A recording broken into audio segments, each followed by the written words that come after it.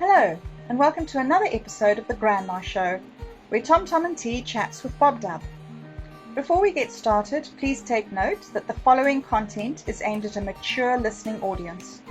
Graphic and explicit language may be used at times, and listeners' discretion is advised.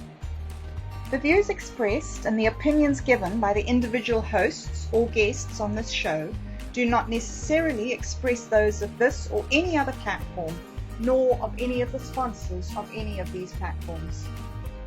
Listeners are advised that neither this platform nor its owners or agents shall be held liable for the content of this program. None of the material contained within this program may be rebroadcast, redistributed, or reused without the express written permission of the hosts or producer. Gratitude. I am grateful for my life, that I am sober, and that I am loved. I have everything a person could need. I am the child of a powerful and merciful God, a husband of a loving and supportive wife, and I have friends that actually care. I am forgiven and I am free. Thanksgiving is about gratitude for America and for all that we have in this life. It is not celebrated as much anymore because the message of it has been deleted and trashed. It is a great holiday that goes beyond a turkey, and it is not political. Thanksgiving is an American holiday, but without a family, how do we justify a big feast and celebrations? Some people have no family available to even consider sharing a meal. Others despise their natural families, and their families don't celebrate Thanksgiving. To this I say, your family is who you hold dearest and closest. Some have family here on Mines. I do. I have several families, a Mines family, a natural family, and a spiritual family. Celebrate it with your loved ones, and be grateful for them and whatever you have. Yes, some people may have more to be thankful for than you, but if you are alive and able to read this, then you are capable of having some gratitude. Times are getting harder, and I pray that you will all find gratitude even in the littlest things, or the most obvious things. There is more to be thankful for in life than just material things. Celebrate life and have a happy Thanksgiving. From Reverend Holiday. So welcome to another Love Rebellion chat with Bobdub and me. And today we have KirkpattieCake and we have ChrisDoogood, Hello. Robert Van Dusen. Everybody say hi. Hello. Okay, so today we're supposed to be doing a Thanksgiving gathering and we have KirkpattieCake in the room. We have had a morning. Woo-woo. So I'll get things started. We already did this once before, but I'm going to have to repeat for everyone who was already here. We are going to, each one of us, go around, and you don't have to make it long. Mine was a little long, but I'm going to start with what I'm grateful for, because that's the whole point of our Thanksgiving. It's not all over the world, but thank God the United States still does it. So I'm going to repeat everything for you guys, but here we go. I'm grateful because I've had a year of setbacks, but even with all the setbacks, I can still be grateful. I lost my husband in January, my ex-husband. He was the father of my children. Then in May, I lost my mom, and things were looking pretty dark. But in the middle of all of that, I got a lot closer to Bobdub because both of us have been going through grief. And yeah, the grief was tough. But when you're not alone in grief, wow, it changes everything. And it's given me things to be happy about. The chat started because of grief. And we have so much fun. It's crazy with all the technical issues and the people that can't make it. And oh my gosh, all that stuff. Yeah, it's a frustration, but it gives me something to be happy about. So those are some big things. But I also have to be grateful for minds. Look at all of us here. How could we do this without minds? And my old buddy Chris, like Chris is like my oldest friend, so I'm grateful for Chris. And Chris got to come up and see us this year. So there's a lot of good that comes even in hard times. I think that's basically what I'm saying. And I'm also grateful for, I have a wonderful son. My son lives with me. He could do other things, but he decided to stay and help grandma and his nephew. So I'm really grateful for that. I have a brand new deck and I have a new front porch. I am just totally grateful. I'm not going to talk about the bad things because there's a lot to be grateful for. And I notice when you find things to be grateful for, everything seems happier. So that's my story. Who would like to go next? Everybody jumping. Don't all talk at once now. Bobdub, do you want to? I know you've had a rough year too. Okay, well, I have had a rough year. My daughter committed suicide in 2020, and so my year has been 100% grief and 0% everything else. So it's been horrible, but the only way I've found is to keep on looking on the positive side. It sounds so cliche, count your blessings, look on the... But actually, when you are in very darkness, it's huge. It's amazing how much something small like saying, I'm grateful for the sunshine this morning. So, yes, I'm really, really grateful for these friends of mine, for Rebel and Do Good. Honestly, I don't know where I'd be without you guys. And Robert and KirkpattieCake, it's just so wonderful to meet new people. I think that it opens up my horizons, and doing these talks, I think, has been something that's really pulled me through this year, meeting people, hearing other people's points of view, and getting outside my own head. So basically for me, it's little things. I'm grateful that I got my cats that come walking for me. I'm grateful that we finished winter and we're in summer down here in New Zealand. And I'm grateful more than anything for you guys. This is just my very happy place here. So thank you. Would you like to get going, KirkpattieCake? Have you got... Sure. And I first want to say something that you said just made me think. So I have this small list saved on my phone from when Steven Crowder apparently said it in April of 2018. And it's this list that he said is life-changing. And it kind of goes with what you just said, where he said, choose to be grateful, choose to be happy, and choose to be excellent. And these are all things that you have to choose.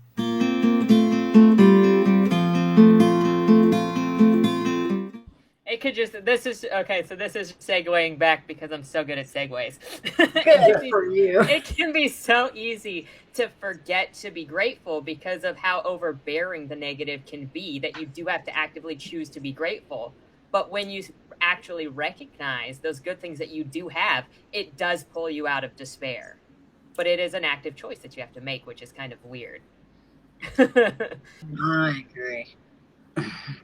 There's so many times this year I wanted to just, I did. I had some pity parties. Did I ever? I had one right on Minds. And one of my buddies actually kind of slapped me right through the comments and said, hey, girl, he's a Marine, right? He's like, get out of your pity, man. Get yourself together. Oh, I was so ticked off. I was like, you know how you want to be mad and hurt sometimes? But that's, again, something else to be grateful for, because there's people on there that, I've got the ones, oh, you poor little thing. And then there's other ones like, all right, soldier, get yourself together. That's one of the things that I'm super grateful for, is I have the best friend in the world. I met him online more than 10 years ago, and he's my creative partner. And he's just there for me all of the time. And so whenever I'm having a pity party or I'm feeling low on myself, if I need to talk to somebody, I'll talk to him. And he will be there to help support me and be like, look, things are not as bad as you think they are. And he never gets tired of just dealing with me when I'm at my low. And so I'm so grateful for that, because he, I think quite literally, has saved my life. Oh, wow. I'm also pretty grateful to be living in the free state of Florida. So we have a governor that's protecting the individual rights, which you can't say for a lot of the world, but also even just a lot of the United States is not being protected to the extent that our governor is going. So I'm grateful for that. And my family in general has had a lot of interpersonal stuff and trauma throughout it, and a lot of my family is broken apart, but the ones of us that are still connected, which is only like 2 or 3 of us, are very close and very connected. And I am grateful for, even when we might have miscommunications or whatever, we all know that we can rely on each other and we will not be alone because we have that family. I can also agree that I'm grateful for Minds because there's a very different community on Minds. I recently rejoined Twitter, and the difference between the Twitter people and Minds people is so insane. Where you can actually have conversations on Minds, but you go onto Twitter and it feels like people go in to be angry. And it is so weird. It is. And there might be drama on Minds as well, but like you guys said, you take the good with the bad. So you deal with the drama that comes on Minds, but then you also find a really golden community. And I'm really grateful that hopefully I'll get to know you guys better too. Yeah. Wow. How fantastic. I have to agree on that. Yeah. We're really, really, really pleased to meet you, KirkpattieCake. It's your story. Go Florida. Magnificent. Yeah. I need to move down there at some point, Florida. I can't have this winter no more. That's why I chose Florida. I was from Alaska, and we were like, we're done with the snow. Done with the snow. Well, I'm just laughing a little bit because, I was in the Army, and when we graduated basic, they had us all assemble, and they told us where we're going to be sent and everything. Mm-hmm. And my battle buddy was a Hispanic guy from Los Angeles. And they told him he was being stationed in Alaska. Poor dude just fell right over it. It's like, oh. I mean, it's beautiful. We're sending him to such Alaska. He just, boom. It's like, oh, no. Yeah, I bet it's wide open up there. The air is super crisp. Like, when you just breathe the air, it is way different than it is down here. And I lived in Anchorage. You had mountains literally right at your back doorstep on 2 out of 4 of the sides. You knew which direction you were facing based on where the mountains were. And the forest and all the and I do miss and that. stuff. I miss stepping outside and just having the mountains right there. I didn't realize how much I missed the mountains until I took a trip earlier this year to Kentucky, and I drove through Tennessee, and I got to see mountains again because Florida is flat. I got to go agree with you there. I was in Denver for 3 years, and I still miss the mountains. I could look out on my front porch and see them. And I'm here in the flat as a pancake Midwest, but we do have beautiful hills. So it's a beautiful area here. I'm not going to complain, but I miss mountains too. But yeah, it's so wonderful. And I do have to go back to what you were saying about Minds. Yeah, Minds is a family. It really, there's maybe not everybody, but we have a kind of family there, and it's growing all the time. And we have even defenders. That's what gets me. He can't be here today, but Reverend Holiday, oh my goodness. If there's an argument and you're a female, he will come in there and say, oh, wait a minute, dude, this is our girl. I love that about Minds. It is really a family, and people have spats. They get into art. It's literally just like a family. So it is something I'm terribly grateful for. All you guys are here because of it. That is true. I've had friends like that too. Bobdub and I, boy, we have gotten that way, haven't we, Bobdub? There's been times when either one of us could hardly put a word together. But together we were limping along.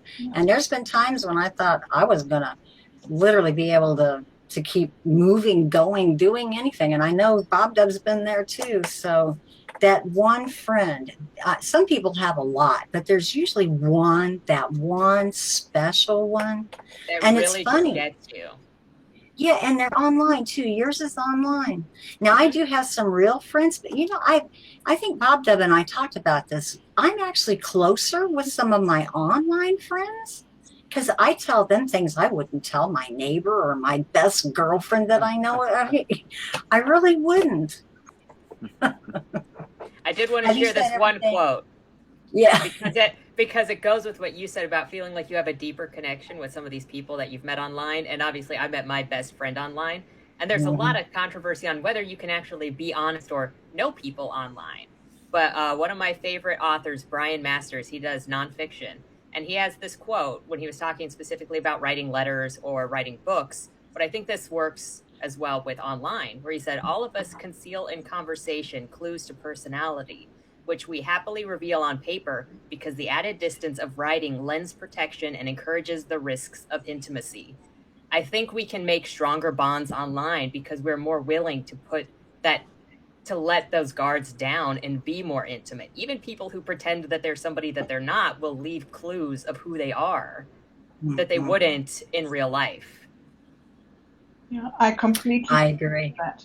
I think that's also why we end up seeing so much toxicity online too, because you encourage that added risk. And if people are toxic on the inside, they're going to show it online. But you'll also meet those really genuine people online who will like you for who you are. Yes. I have to totally agree. Yeah, I've seen a few toxic.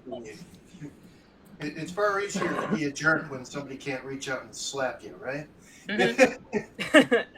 Definitely. But Minds has a way of dealing with that. I had somebody picking on me the other day, and I decided to do something different. He called me a liar. He was really angry. I was talking about being grateful. It was a post about being grateful, and I thought, okay, how am I going to deal with this? I didn't want to just jump on the person because it was about being grateful.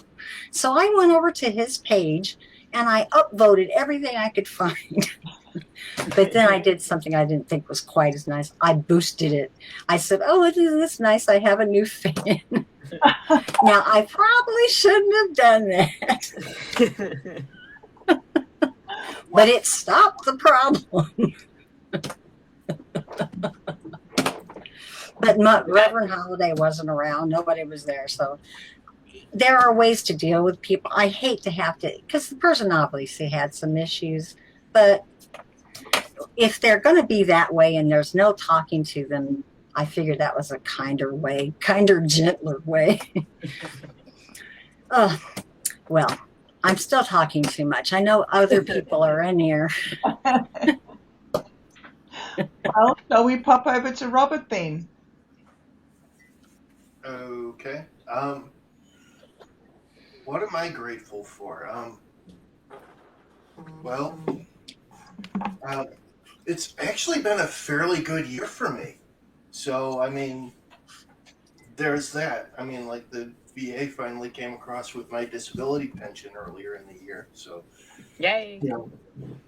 It only took them 6 years, but hey, we're getting there. It could have took up 7. Yeah.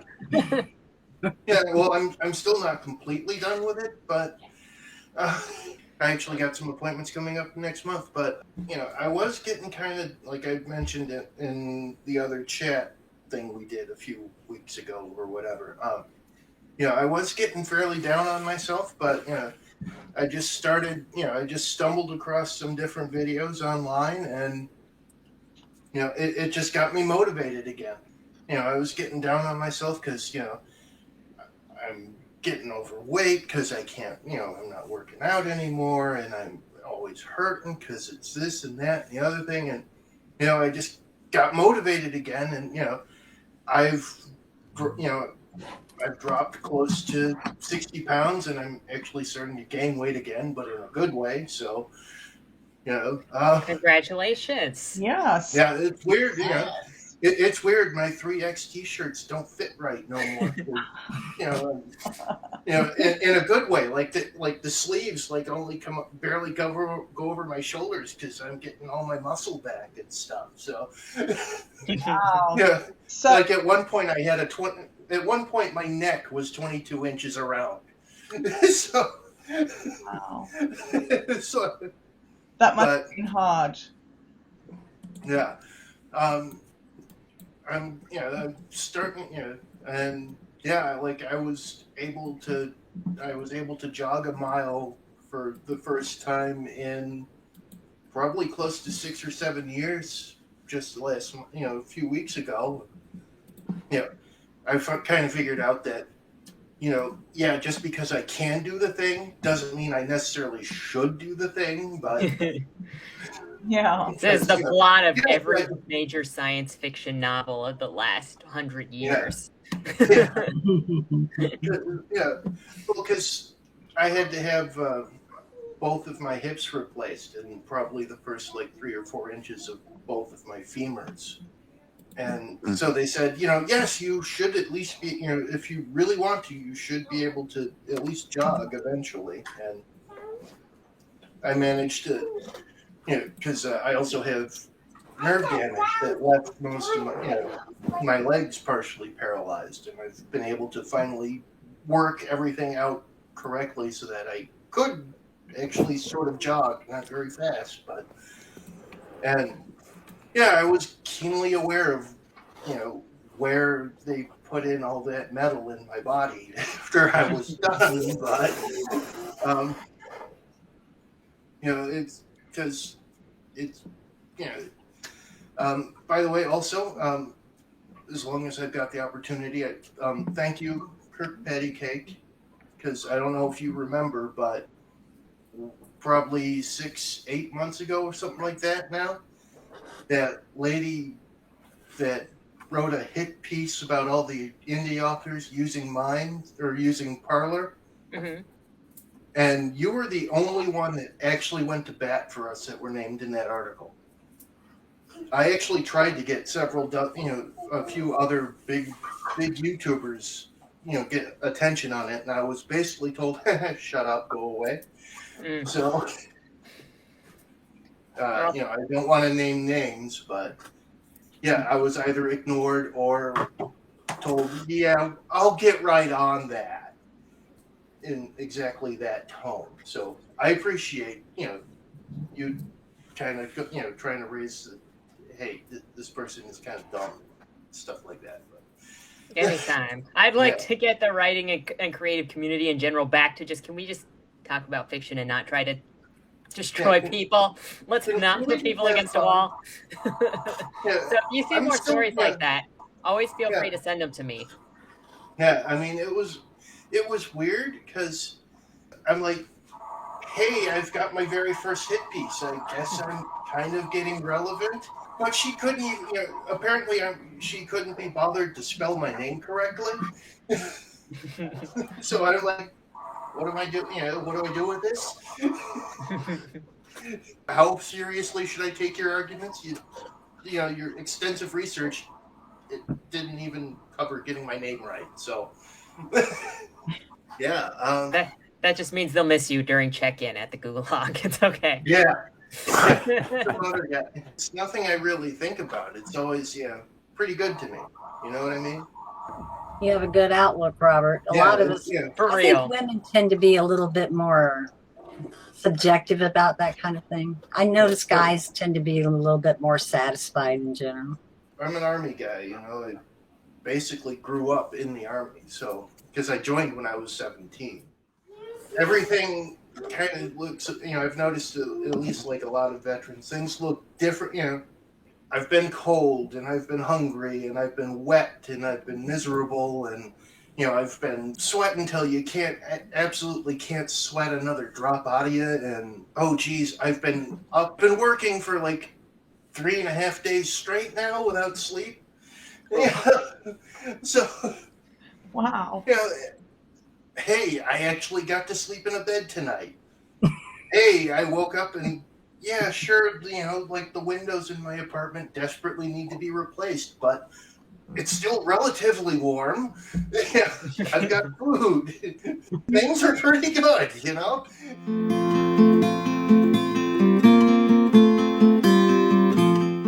My mom's side of the family's Scots-Irish, and my dad's side is Dutch-English. So, I have a very stiff upper lip kind of way of looking at stuff, and you always cracking jokes, and just I remember the one time when I was in the army, when I was actually stationed in Kansas, and we were out in the field for a week, 2 weeks, and I actually got frostbite so bad under my eyes that the skin had frozen solid.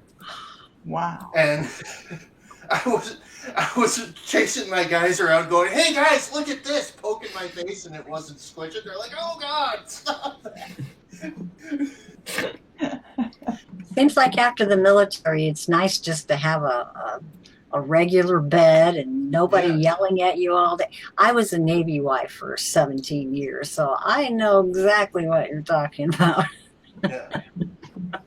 Well, it's glad to hear your point of view, Robert. And we're thankful to have you because you're another writer that we can all get into your scary, spooky stories. Well, we haven't heard from Chris yet. Are you still hanging out, Chris? Yeah. So I have to. And Chris, we talk about you all the time, Chris. I love you to pieces. I don't know what I would have done this year when my ex-husband died. Chris brought all his stuff up for me. So talk about friends. And he was an online friend, but now I know him in person. Another thing to be grateful for.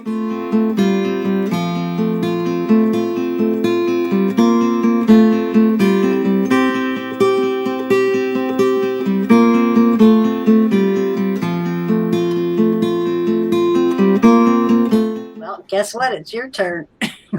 All right. I'm grateful for lots of things, but most of all is access to knowledge and being able to think for myself, and not just going along and having that inquisitive nature to not put up with the bullshit. And seeing more people question things and waking up to the corruption and lies and bullshit. Grateful for my family, of course, my dog. We go. Yeah. My ability to do things for myself. All that. Cool. Yeah, I saw you were working on your van the other day. Yeah, I'm not grateful about that, but not grateful that I have to do it, but grateful that I'm able to do it. For sure. Definitely. And you have a lovely mom. I got to meet his mom and his dog, so I got to give a little thumbs up. His mom is so cool, and that dog, oh my God, he's blind, isn't he? Right? Completely blind. Yeah. What an adorable dog! That dog is something special. Yep, he's awesome.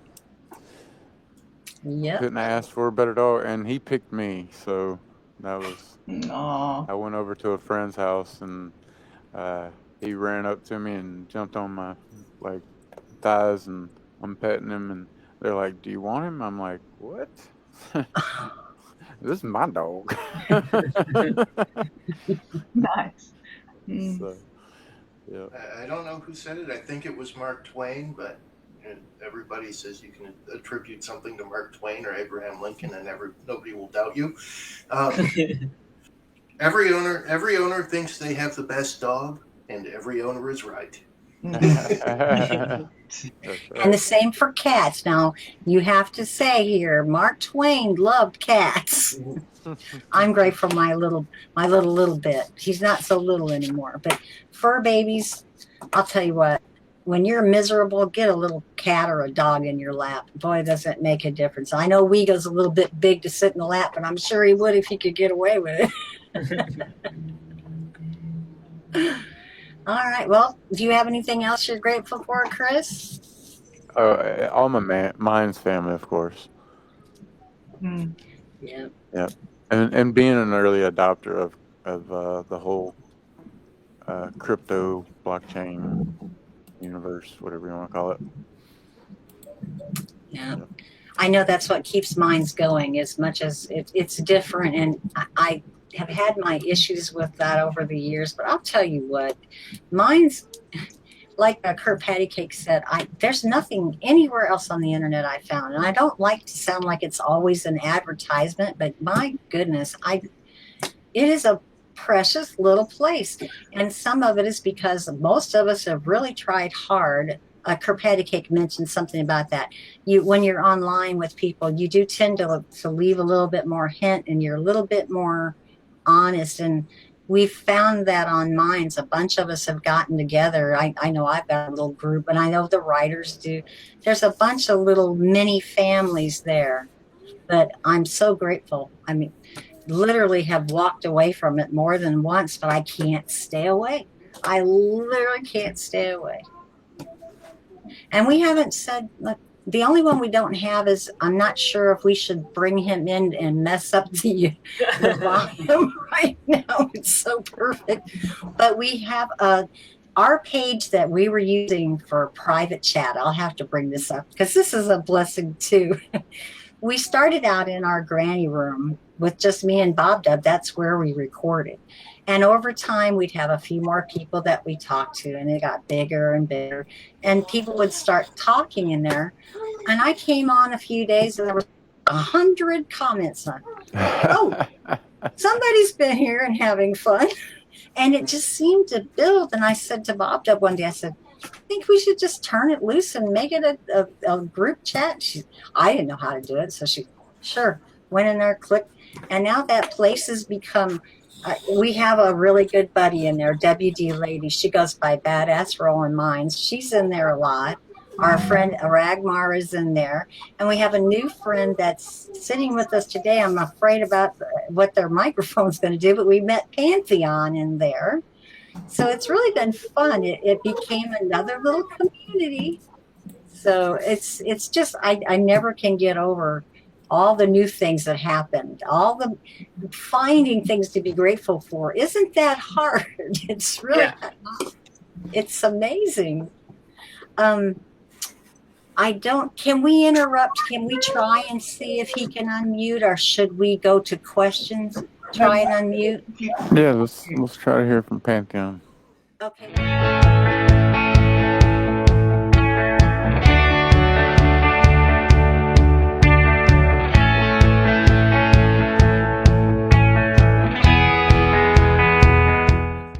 So I did theater in undergrad, and I swear this is relevant.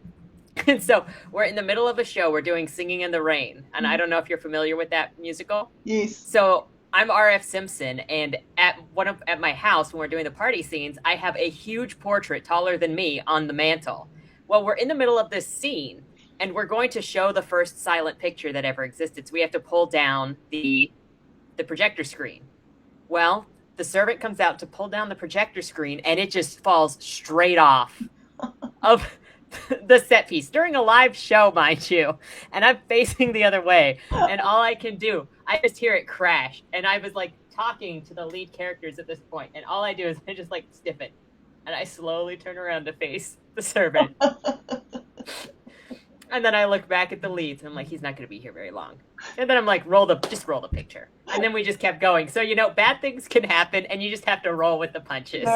Yeah. Bad things happen in live situations all of the time. Yeah. I think that's the bottom line here. So you're good.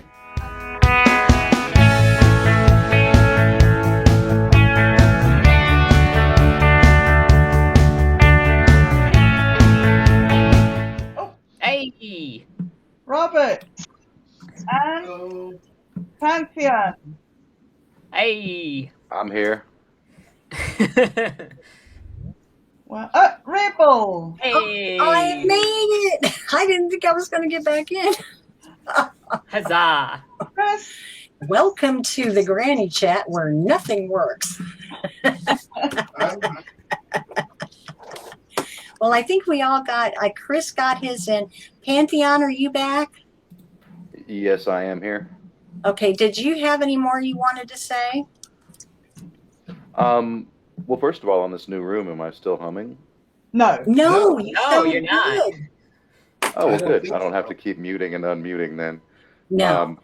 I plugged in my USB headphones. I've got the microphone about hand's length away from my mouth, so hopefully it's not too loud for you. It's perfect. I think I did my gratefuls. I mean, I tend to be a pretty grateful person anyway. Uh, life started out pretty hard, so you learn to be grateful about the little things because the little things add up. Mm. And so outside of that, again, I'm just glad to be here and be meeting new people, nice people. It seems like these days, nice people are hard to find.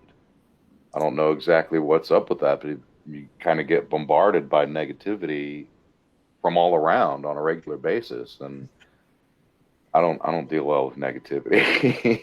I either just kind of distance myself from it and stay away from negative people, or as we've seen when I'm talking a little smack online, I can flip that switch and go back to being Mr. Negative myself. But usually I reserve that for nasty people.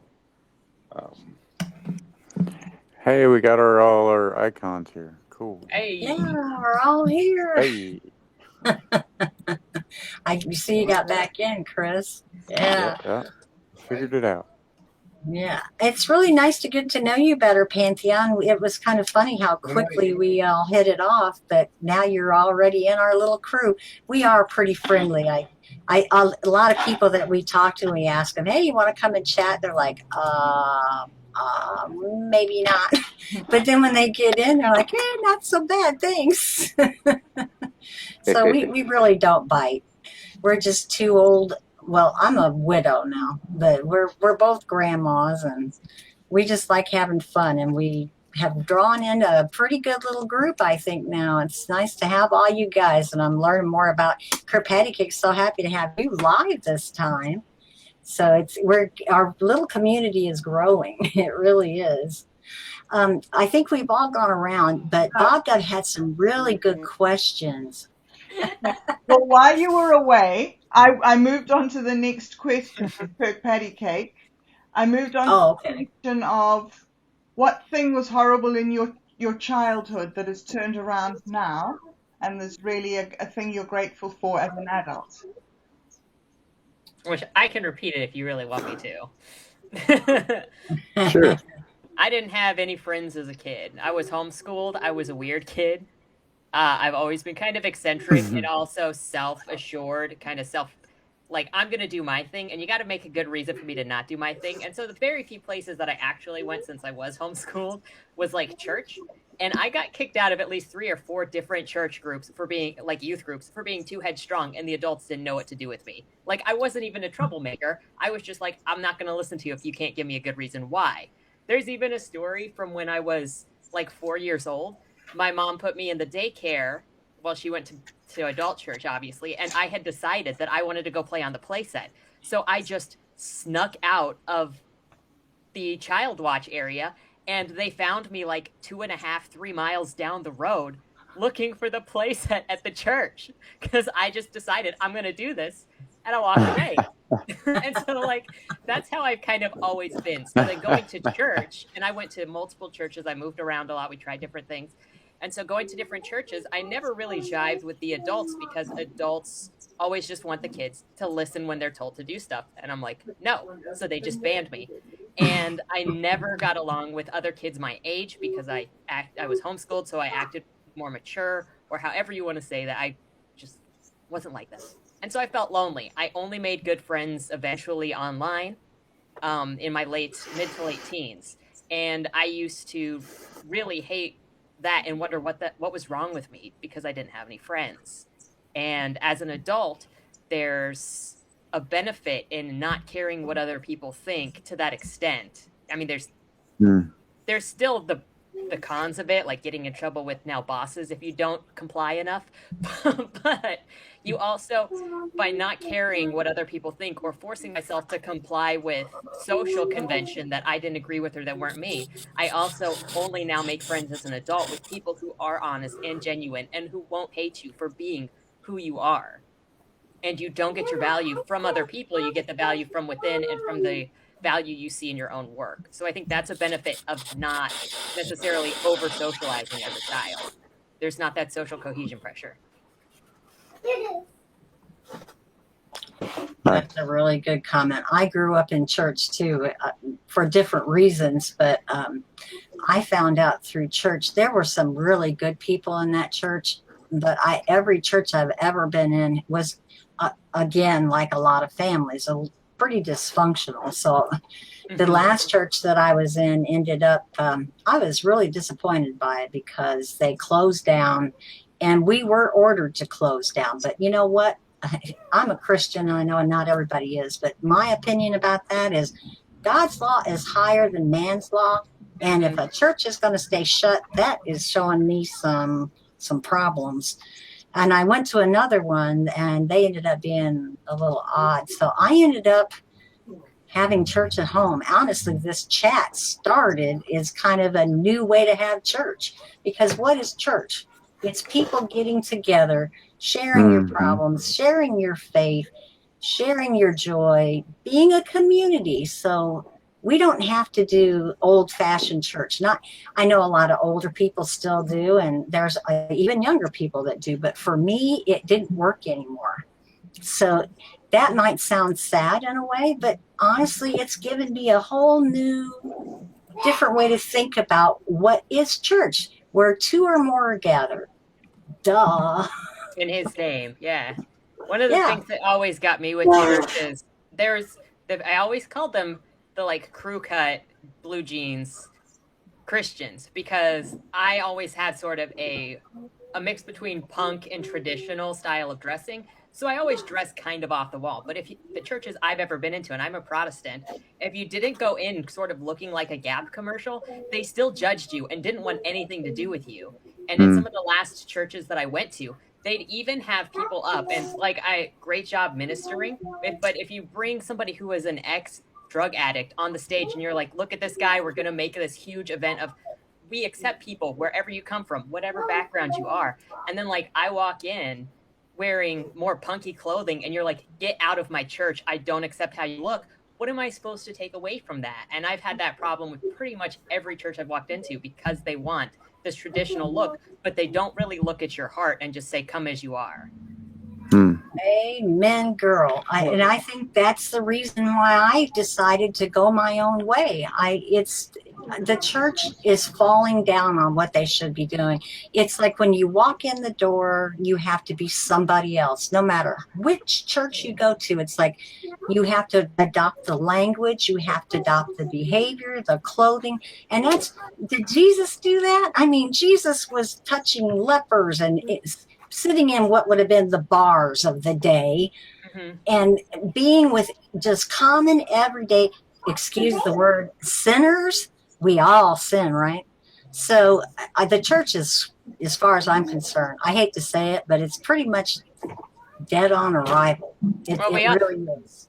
We all have our own issues that we struggle with. And so if the majority of the Christian fellowship that I've run into is they have issues judging people for the exterior appearance and not getting to know them interior, then that's going to be their issue that they have to deal with. And I'm not going to judge them for judging me over that, but I obviously can't build a community with them because they don't want to get to know me. And I have my own issues that I would hope they wouldn't deal with or wouldn't judge me with if they got to know me. So, we all just meet where we can and find a community that can work with us as we are. Amen. And that's what we're doing here. We have a different way of doing it. And not everybody's going to call it the same way that we're calling it. When I talked with Chris on the one we had with him, the chat, we were talking about language always gets in the way. And that's one bad thing about this established church. And we were talking about, should we write a new Bible? I know they say, oh, don't add to or take away from. But Jesus was at 2,000 years ago, and all that stuff got written about. And here we are 2,000 years later, and I think we're heading into a new, just like their time was. One time was ending and a new one was starting. And here we are again. So how about writing it all over and being a little more honest this time? But I know you had those questions, Bobdub, and you were talking about it. So we'll have to get back there. Okay, well, that was really awesome. So how about you, Rebel? Can you tell us of something that happened in your childhood that you've turned around into something you're grateful for now? Well, my childhood, to be point blank honest, was horrid. I was very young when my mother and father got divorced. So I was pretty much left with grandma and grandpa, and then she remarried. So the next time around with another person was really hard. There was a lot of abuse, really bad abuse. And I don't know, honestly, how I'd be sitting here today if I didn't have a connection with who I call God, but God to me is love. And all that horrible childhood that really scarred me also gave me something more to deal with myself. Really look in at all those problems. And there were plenty, and I'm certainly not perfect. I've had 3 failed marriages, and my life is far from perfect, but I've healed from it, and I'm glad I have, because when you go through those things, then you find somebody later that's where you were, and you can help them. But there's also people that are way down the road from you that can help you. So it's become, yeah, those were really, really rough times, but now I've turned it around. Where I had abuse, I'm trying to help people who are abused. Where I had loneliness, I've tried to make community. So from the bad, I'm so happy, because who would I be if I hadn't gone through all that? It made me who I am. There's a song, it's a Christian song called Dear Younger Me. I wish more people would listen to it, because it says, you know what? You're really struggling, but I'm looking at back when I was younger you. It's okay. Yeah, you screwed up, but guess what? You made it. And I wouldn't be who I am without the experience. So it's that story that I was just saying in a song. Yeah. Isn't that Very nice. Yeah. Okay.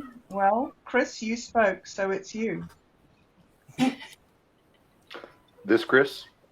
Oh, which Chris? ChrisDoogood. Who was the Chris who spoke? Who just spoke? It was Chris. That was ChrisDoogood. I didn't say nothing. Oh, it wasn't you? no, it was Kathy and Chris. Oh, it was Panty and Chris. Okay. Yeah, I very very much like you, I just had a horrible childhood, and I came up in a trailer park in Florida, mentally ill mother, and I got it early. And in my family, we grow fast. So at 13 years old, I was 5'10", 175 pounds, full beard. That was starting 7th grade. So I could pass as an adult most places that I went to. And I was always a very mature person.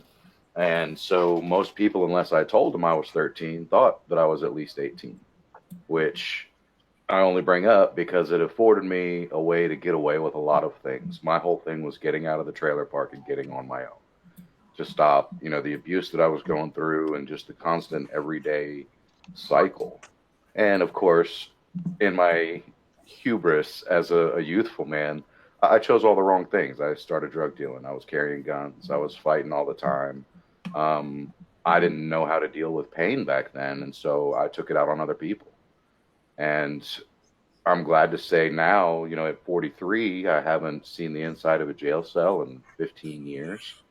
Haven't even, been charged, much less arrested. So, it took a lot of time for me to learn and to grow. And it's like I was telling you, I think in a different chat one time, just a typing chat. At 13, same thing with the churches. My mom being mentally ill, she wasn't accepted a lot of places, but I got dragged through Southern Baptist churches. We were Mormon for a while, which was hilarious because my mom drinks soda like it's going out of business. Of course, Mormons don't have caffeine, and she smokes cigarettes. So, and any chemicals you put in your body, that church is against it. And so that was when I really started having questions. And I don't know if I'm really proud to say it, but I'm kind of the one that got us thrown out of the Mormon church. Well, the pastor asked me, do you have any questions? We were in a kids' youth group, and I said, well, I've got a lot of questions. You know what I mean? If incest is wrong, then how did everyone come from 2 people, Adam and Eve? You could see the redness coming up in his face. And as I continued to ask questions, and I wasn't trying to be facetious, I was literally wanted to know. I wanted to fit in better. I don't exactly know how to explain it. I wasn't trying to be mean to the guy. He asked me if I had questions. I started asking questions, and I got put out of the youth group. I had to go stand out front of the church until all the adults and my brother got out because he's older than me, so he was in a different youth group. And it's just one of those things where when I went on my own, I went and got a library card in Newport Richey, Florida, and within a month, I was on a first name basis with all the gals that worked at the library. You know, I'd come in, and back then I was blonde hair and blue eyed still. Strangely enough, I'm one of those people that kept blue eyes all the way up until basically puberty. And now they've turned green, my hair turned brown, but I would come in with my little blonde curls and my blue eyes, and the ladies at the library just loved me to death. Chris, what are we going to learn today? I said, well, I think we left off at Buddhism, and we're going through it alphabetically. So I read about, like I told you, everything from agnosticism to Zoroastrianism, literally A to Z that I could find, just to try and figure out who I was. And I ended up just kind of mixing and matching, hence the name Pantheon. Well, Pantheon actually means a holy place, like a holy temple, a church. That's why I named myself Pantheon, because it matches with me being a pantheist, which literally means nothing more than believing in more than one God. I most definitely do believe that love is the ultimate God, like you said earlier. And it's that energy between us that we can't see or actually feel, but it's there. And I think even when we interact like this online, energy doesn't know any distance. It doesn't know any boundaries. So as we focus our attention on others, we're interacting with energy as well, because the distance doesn't matter. It's like in physics, they say if you have two particles, or one particle, and you separate them into two, they're entangled particles. So the distance between the two of them, you do something to this part and the other part instantaneously, regardless of how far away it is affected by it. I think that's how humans interact, and I think that's why we're seeing so much of the negativity that we see these days, because people don't know how to overcome their pain. They don't know how to overcome perhaps traumatic childhoods. They don't know how to do anything but lash out. And it's like Carl Jung said, you know what I mean? We project ourselves onto other people. And it took me a long time to learn to stop projecting onto other people and to start taking ownership for my behavior, my actions, my speech. And all of that came from Buddhism. You know what I mean? The Eightfold Noble Path is right speech, right action, right. I don't know all 8 of them. I'd have to look it up. But it's all about doing things the right way. And I really appreciate the acceptance. I know it's a little weird what I believe, and I don't try to push it on anybody, but just know that I also have respect for people of every faith. It's the people that don't believe in anything at all that really scare me, because then what do you base your morals on? What do you base your decision making on? What keeps you from just getting a machete and running into a mall? I don't know if you've ever followed any Florida news. We've got some real weirdos down here. Florida man is a room for a reason, right? I don't know if Florida is that special. It just has like the sunshine law that allows local stories to get out, as opposed to other states that don't have that same thing. Oh, maybe. Yeah. I mean, there was one time, and this has been a couple years back. I don't know what the guy was on, but he got naked. He covered himself in Vaseline, went to the local mall, and was running around screaming all kinds of hoopla on like a weekend when everyone was there. And then he ran up into a woman's clothing store, just raised amok in there. I always think the Florida news stories are kind of funny, because some places it's like only in Florida. I thought Like you a Burger King with an alligator. Yeah. Yeah, You know what I mean? Chucking the American murder logs through the drive-through windows. I got a story saved on my computer to reference for writing material at some point. It's some guy that went to a Planet Fitness, not in Florida, mind you, and he went in naked and started working out. And then when he got arrested and kicked out, he was like, "I thought this was a judgment-free zone." Oh, I love it. Oh, God. That was I might good. have to do that. I might have to do that. I have to bring up something that you talked about, Pantheon, in our little typing chats. He was talking about, he mentioned the author, and I forgot his name, but the Four Agreements. It's the same story, because you have your own problems and then you end up looking at someone else and thinking they're the problem.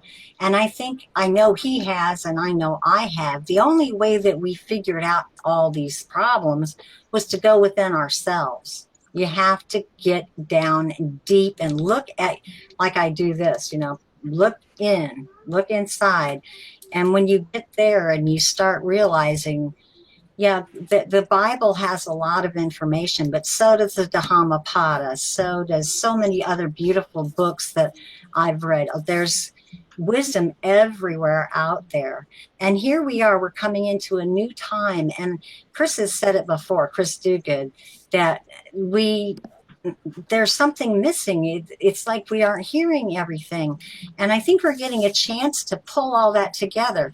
I only believe in one God, and that's the way I grew up, and that's the way I'll always be. Jesus is he's not only my savior and everything else. I talk to Jesus. He's my buddy. He's not an imaginary person up in the sky for me.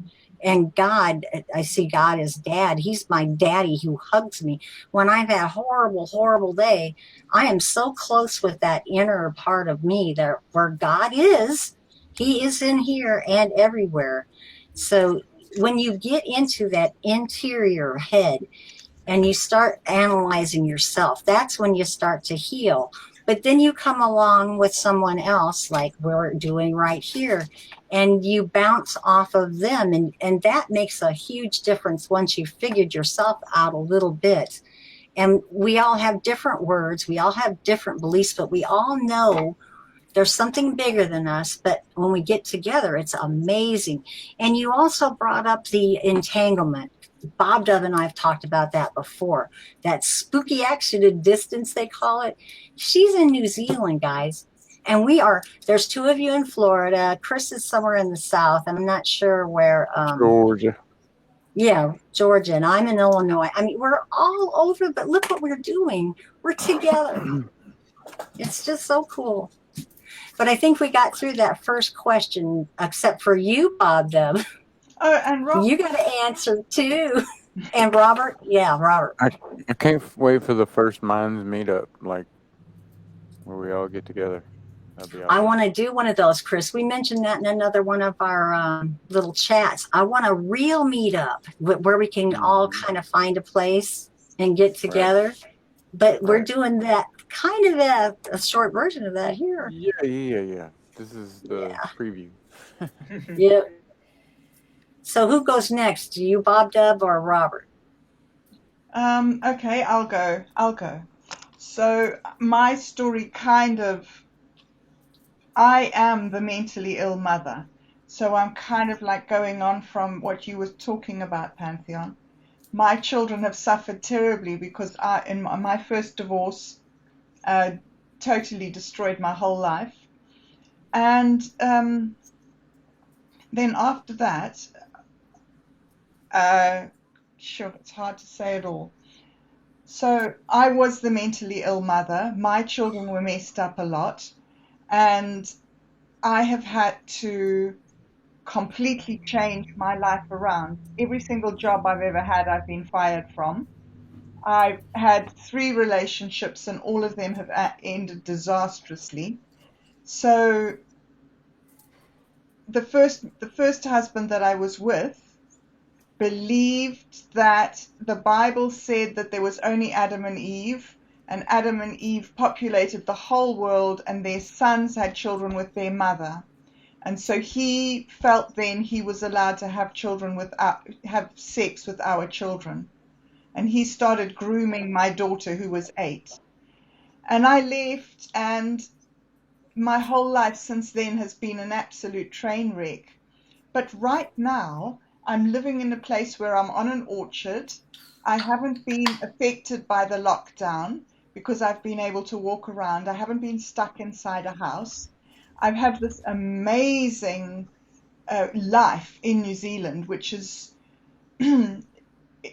it's almost as if I'm a really, really wealthy woman. I pretty much get to do what I want to do when I want to do it. And so it's bizarre, but it's strange that all these negative things that have happened through my life have brought me to this place in New Zealand, to this orchard, to a job where I'm out in the orchard, that I don't have to sit in an office. My workmates are the birds and the cats, and I live like somebody in the highest form of luxury, even though I have one of the lowest incomes in the whole country.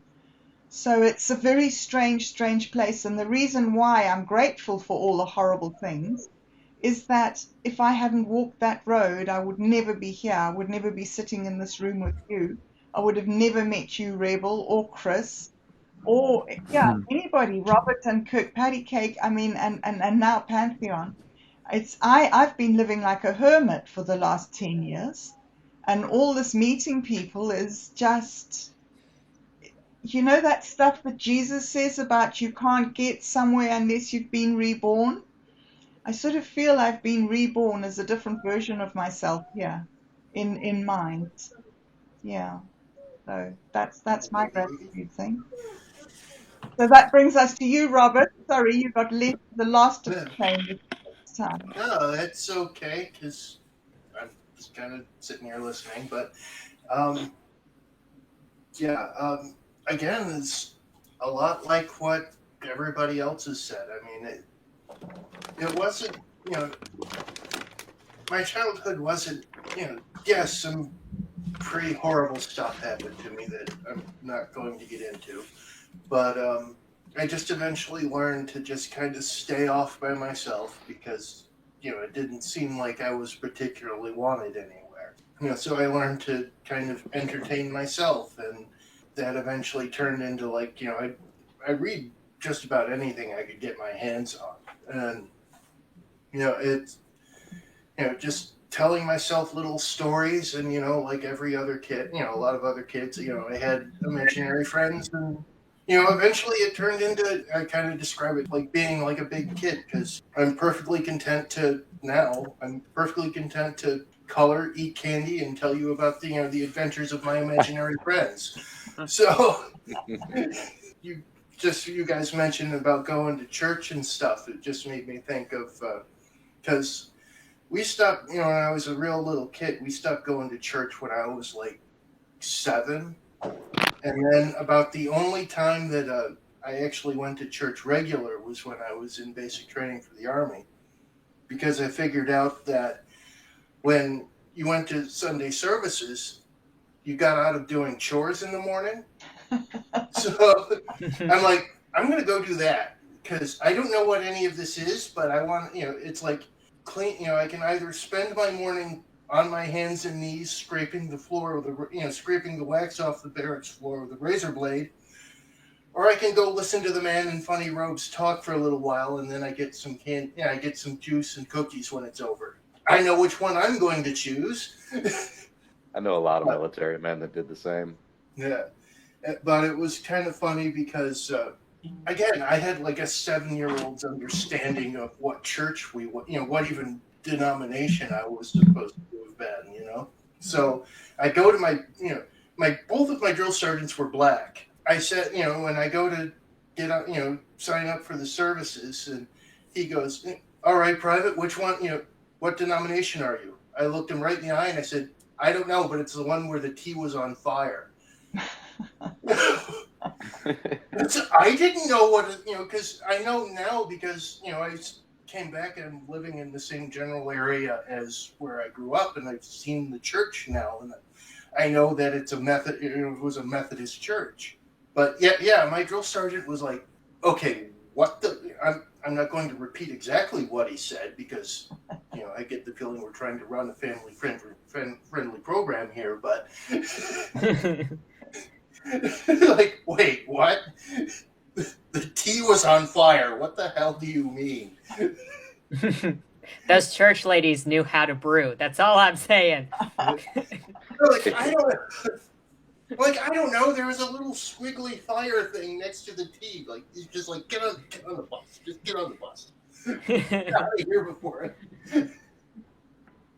The word you were looking for is non-denominational. That's There what you I would go. have hit him with. That's a very Well, my first, and it's funny because also too because I found out later that at least my mom's side of the family are Irish Protestants, and somehow there was a mistake on my very first set of dog tags. It said I was Roman Catholic.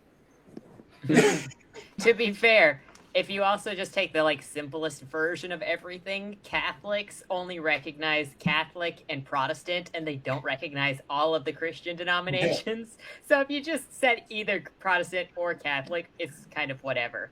Yeah. Well, it was just funny because one of my uncles, I'm not joking. He gave me crap for like 6 months. Every time I called up and he was there, he's like, "Oh, hello, Your Holiness. Did it give you any space to keep all your stupid hats? How's your Pope mobile running? Shut it, Uncle." It's interesting you mentioned that because I grew up in church, so I was Southern Baptist, but I do know people that had that problem. They didn't have a clue. And I like what Pantheon said. If you really want to get a little bit less of all that craziness, non-denominational helps. But even then, I've seen the same problem there. So Every denomination has its problems. I don't know. I barely understand. It's like I barely understand what the Christianity thing is all about, and I'm like, "That's fine. You guys do your thing. I'll do mine, and we can get along, and that's great." that's the good part. We do get along, don't we? We all. Yeah. Some of us are a little bit more traditional in our beliefs, but I'm certainly not traditional. I don't think you could call me traditional as far as my belief, but I do have that basic belief. Not everybody has it. And something my son said the other day, a lot of people are never going to read a Bible, but you know what they do have? They have you. And you might be the only, this is what we have always said, you might be the only Bible someone else ever reads. And that Bible is, what are we supposed to be doing? We're supposed to be loving each other. So I think we need to throw out all, I hate to use that, but I really do think we need to throw out the old, bring in the new. The way I understand it or interpret it is very Protestant, so take that as it is. But everything is predicated for Christianity on the ABCs, which is admit you're a sinner, believe in God, or believe Jesus is God's son, and C, confess your faith in Jesus. And that's pretty much what the Bible says in the New Testament. To have a relationship with God, you need those ABCs. Everything else, the rituals, I'm going to sing music without instruments, I'm going to use music with instruments, all of the different rules and variations are just your specific way of being in communion with God. It's just the gravy. But what connects us all, if you're a Christian specifically, is those ABCs. And I think a lot of people get lost in the weeds of the ritual and the small rules, minute rules, saying this is how I worship, so you should do it this way too. And it's just your personal worship, my friend. Yeah. I wrote a stage play on this actually called Better Than 80, and it's not the whole theme of it is it's not what you know, it's who you know. Because I've even been to churches where people want to argue with you about scientific fact or this is how things are.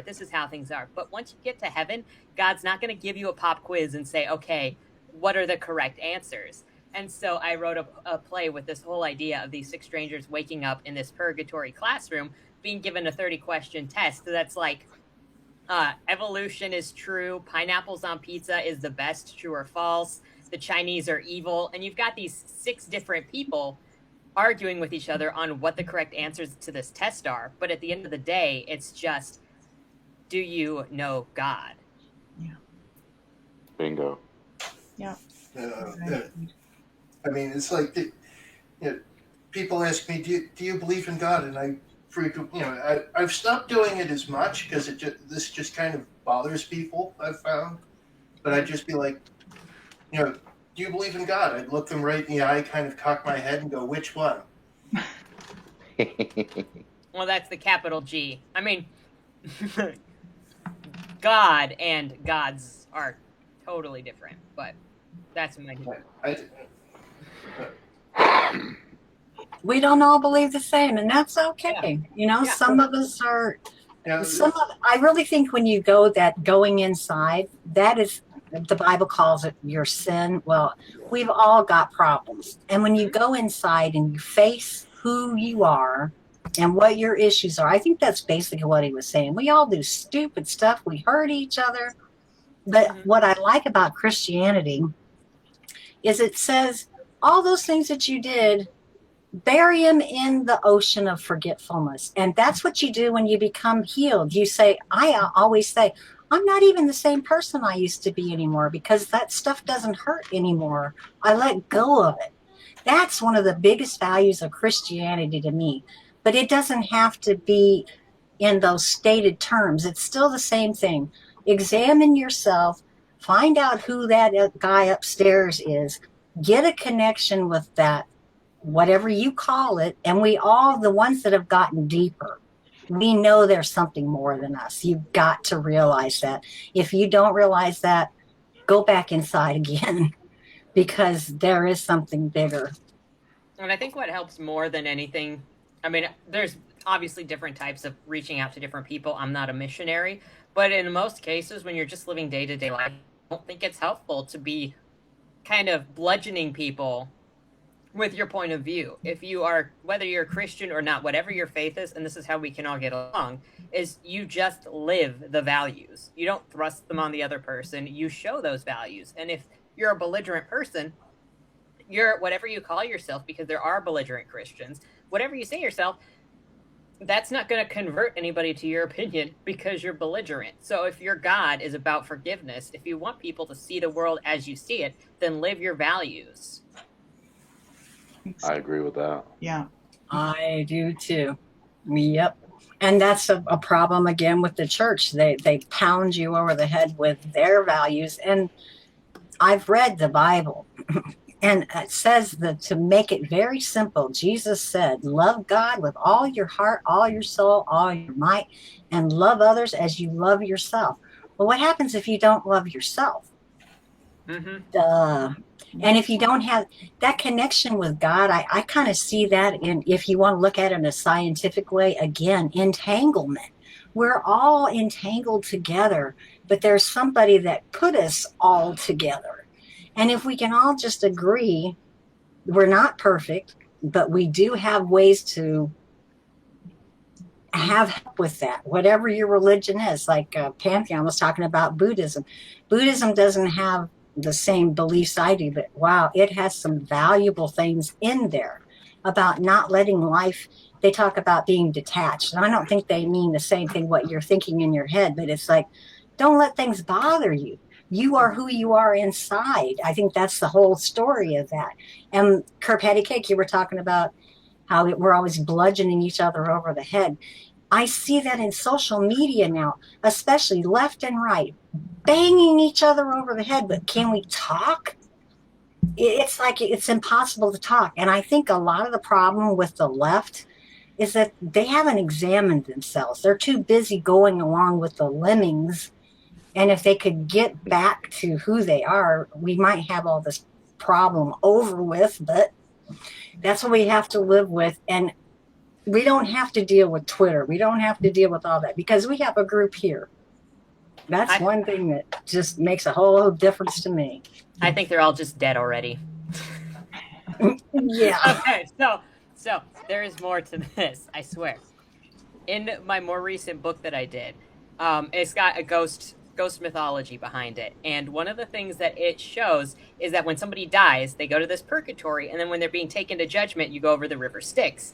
Souls that don't want to die jump into the river Styx, and they drown on regret. When they drown on regret, they go back up to the surface, and they're only powered by everything that they didn't do that they wish they would have done. And they then outward project all of that anger and regret into destruction and harshness at other people. And so then when you look at those people that only respond to literally everything with anger and resentment and the desire to destroy others, it is that bankruptcy of the heart. Yeah. Very well said. I just I transformed sometimes into wonder if this there fictional isn't a, story. So I say they're all ghosts. They're all already dead. I kind of agree with that. If there is a purgatory, that the people that, there was a movie about that. Robin Williams, he had something like that where What his dreams wife may come. yes, that one. And she just couldn't get over all her problems and issues, but he did. And I think that's the thing. If you realize that it's okay, we can all figure it out. But until you figure yourself out, you're going to be lashing at everybody else. And all it does is hurt you and the people around you. Mm-hmm. Yeah. Chris, have you told us about your childhood? ChrisDoogood. Did he come back? No. I mean, I had the, typical American childhood, going to school and getting teased, and I wasn't one of the cool kids, so I guess I had my moments, but yeah, for the most part, I was not one of the cool kids, and it just, I don't know, I followed along. I was indoctrinated. I had desires for the fucking retarded life of an American, and I guess eventually I woke up and saw through all that stuff, and I'm grateful that I can see through all that now. So I guess being so heavily indoctrinated into it allowed me to be able to see through it now. And that's something to be I have to say, Chris, of all the people I know, you seem to be one who really has done some introspection. You are one of the most kind, wonderful people I've ever known. Yeah, I'm not perfect. None of us are. But yeah, that's my motto. That's my motto is, I have the power. I can. I will. I am. Every day and every way, I'm getting better and better. So. And you show it too, Chris. You do. And I think that's one thing that I love about Minds, because Chris and I aren't the only ones who have met each other. There's other people. I think of Lady Red. She and Chris Madzier, they're doing something similar to us, but they've gotten together, and Chris has gotten together with them. So it's something that's really special to have the online, but then to have a real meetup at school too. I'm so glad I've got all you guys here together. It's fun. Yep. It really is. It really is fun. Well, let's do another fun question then. Before we start, can I just say one thing? Yes. Yes. Well, I was listening to Chris talk about, quote unquote, not being the popular one in school. Trust me, my friend, you didn't miss anything. A large part of my ignorance. I'm glad that I wasn't, because I probably would have been more ingrained into that indoctrination because I would have been accepted. So that led to me, Simply because of my and size in middle school, like 7th and 8th grade, everyone else was like at my shoulder level. And so everyone wanted to be my friend simply because they didn't want to be my enemy. And back then I had such an attitude problem that you could just say one wrong thing and we were in a fight. Now that was my bad. But it's just like we were talking about churches. When you're quote unquote popular, you have to speak the same way. You have to wear the right clothes. You have to date the right people. You have to do all of this stuff, or all of a sudden you get dropped off your pedestal. And finally one day, it took me literally halfway through my 7th grade year at 13 to go, you know what? If anyone knows what the acronym DILIGAF means, do I look like I give a warning? You know what I mean? I just dropped it all, and I said, you know what? I don't care. I don't need to conform to what you guys are doing here. And then, of course, I was still bigger than everybody, or at least the same size, until about 11th grade, so I didn't get picked on per se. I never picked on anyone, but I didn't get picked on. But it's really nothing that anyone missed. I kind of wish that I wasn't popular. I would have paid more attention in school. I would have made sure I got better grades. I would have eventually ended up not getting my GED in county jail. You know what I mean? So anyway, thanks for letting me speak. I just wanted to note that. You kind of have to succeed in spite of literally everything around you, because even going to school, it's not setting you up to succeed. It's kind of just telling you to behave yourself. And you have to be the one to be like, I'm not going to do what you say, but I'm going to succeed without you. Watch me. You know, that's something I think might change in the future. I think schooling as it's known now is going to have to change completely, drastically. And I'm really glad that this pandemic started, because it showed these parents, what are they teaching your kids? I had to pull my grandson out of school because I saw it. And because we're homeschooling, it is so different. I thought I had to have him sitting at a desk for 6 hours. And in Bobdub, we both have a background at teaching. And I've taught Sunday school. I've never taught public school because I never wanted to really go that route. But when you have these kids and they're being indoctrinated, they're being bullied, things have got to change. And people have started these learning pods now, homeschooling. There are better ways, and we've got to change this world. And I watched a video yesterday of a guy, I forget his name, but he was talking about every institution we have is crumbling. They're literally crumbling. The church, the school, our government is trying to go on steroids, but honestly, it's crumbling. But we're not. We are the people that are going to be pushing into whatever comes next. And I don't know what that next is going to be, but I think it's really fun because everybody's getting the idea. That's not working. What will work? And I've got a great bunch here talking about that very thing. I've always been really surprised at the prejudice against homeschooling. Like, because I was born in 91, and so I was homeschooled through the 90s and the early 2000s. I got my GED when I was 17 and started college then. And every time I've heard other people talk about homeschooling, because they all went to school, it was never anything like my homeschooling experience. My mom didn't even have to oversee me. We had software on the computer because this was the 90s and the 2000s. It had lesson plans for the entire grade. And I have 3 siblings, and we were all homeschooled up until my parents divorced. And you would just, here's the lesson plan. It's all written out every year. You just buy the set of grade 7, grade 8, whatever. And it was from a Christian company called Switched on Schoolhouse. So it wasn't even super indoctrinated stuff. It was just normal stuff as far as I know. And you would just do it on your own. And if you had problems like with math, then you would get whichever parent was good at math, or you would ask the questions of the other parent. My mom did not have to watch me do work. And all of the parents I've seen that are like, oh, I don't want to homeschool because I can't teach my kids.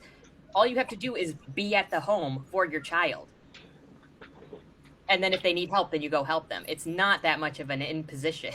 So I've always been really confused. I agree with you. Now, mine's a little bit of a different situation because my grandson is high functioning autistic. Mm-hmm. And honestly, school was not serving him well at all. He was in what they call life skills class, and he didn't learn I don't want to curse. He didn't learn a thing. I mean, they took him out to eat dinner once and pay for their bill with a card. That was it. So him just being in this house with my son and me is an education in itself, because both of us are, my son is kind of Asperger's, and I really am too. Super smart, but just our conversations. But we had to do something a little different. We do have those programs and we use them, but I had to individualize it for him, because if he doesn't like it, he's not going to learn it. Mm-hmm. So guess what he reads? Comic books. Yeah, he does read comic books. He also reads Aragmar's books. He's read some science fiction. I told him, if you'll read, I'm happy. And we do our math a little differently. And he doesn't study some of the same things other kids would because it's not appropriate. But I got a curiosity box for science. There are ways to do it. And I might have some more ability than other parents, but when you're dealing with an autistic child, all those abilities go out the window. You have to kind of go from scratch with whatever they can do. And the schools aren't doing that. The schools aren't set up to teach even not neurologically different children. They cannot deal with teaching on an individual level, which is why they're failing in mass. Yep. And the kids aren't learning how to socialize. They're learning how to be brutalized and how to sit down, shut up, and be quiet. When we were kids, we played before we started school. We had a recess in the morning, then lunch, then an afternoon recess. These kids now are wearing masks, sitting at their desk. They can't even go to get lunch. They have to eat it at their desk. No PE or PE with the mask on. What's better? And then the prison system. I mean, the prison system is even worse. So you're trying to teach adults through remedial training or whatever you want to call it, you know?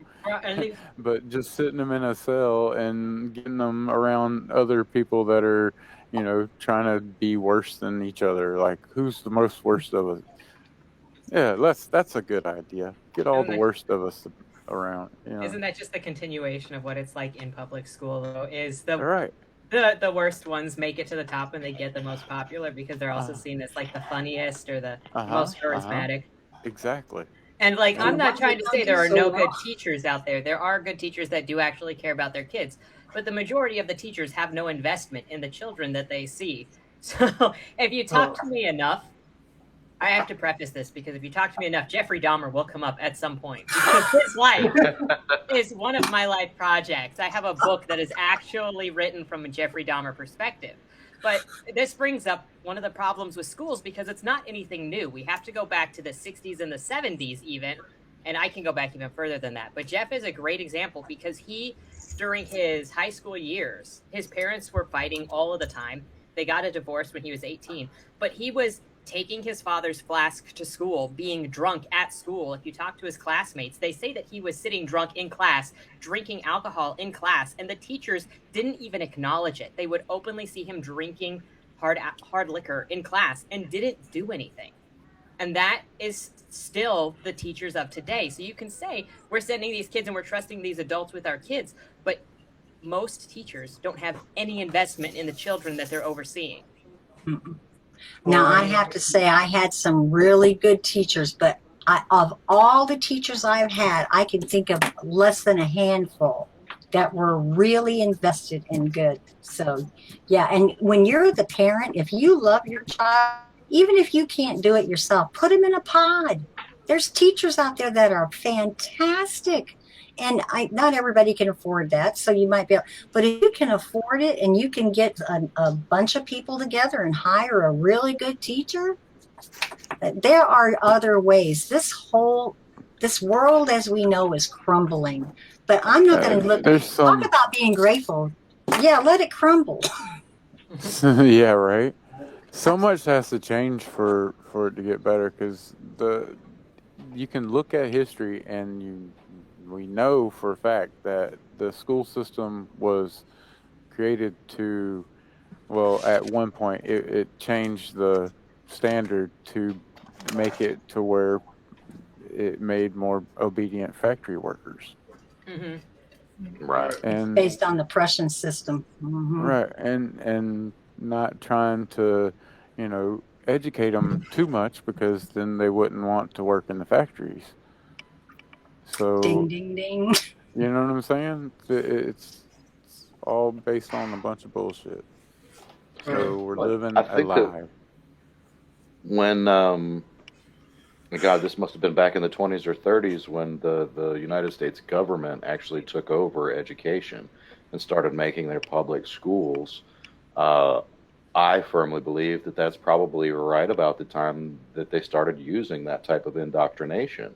Mm-hmm. Give them just enough to where they can read the instructions and the warning labels on the machine, mm-hmm. but not enough to where they realize they should be doing something better with their lives. And I know when I was in school, I had a brother that's 2 years older than me, a half brother. And he was one of those people that had to study everything 10, 15, 20 times to get it. And I, luckily enough, by the graces of the power that be, I read something once and it's, you know what I mean? I still have quotes memorized from Nietzsche and Socrates and Plato that I read in 7th, 8th grade. It just sticks. So I got lucky that way. And listening to my brother go over it, I ended up after a couple of years helping him with his homework.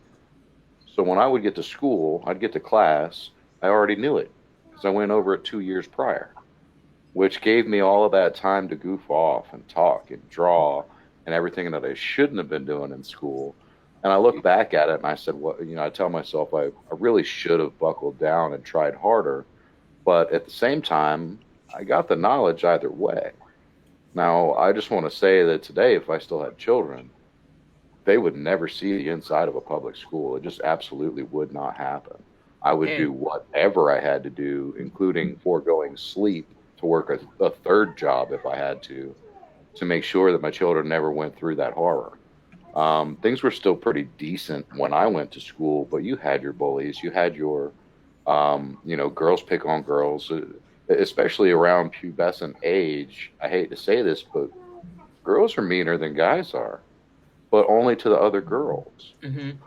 And a lot of the time, guys don't even pick up on the subtleties of it because women's minds really do move faster. You know what I mean? I'm not saying women are the smarter or men are smarter. I believe we're equals. But women's brains process information faster. So the little subtle I don't believe we're clues, equals. I don't believe we're equals. I think we're just balanced. We balance each other. Complementary. So, yeah, Yeah, that's a better word. We should have equal.